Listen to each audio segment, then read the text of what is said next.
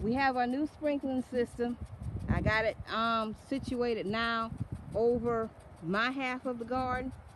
We're gonna have to reset the settings because it's not reaching far enough on my husband's side, so it seems like it should be able to get the whole garden, but it's not at this time. So we're gonna have to work on the settings for it. But this is our sprinkler system for, you see the little rainbow that's coming out? I don't know if you can see it or not. Okay, but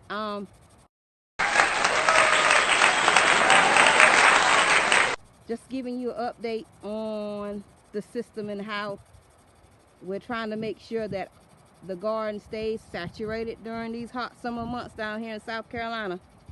All right, y'all. Comment, please, and subscribe.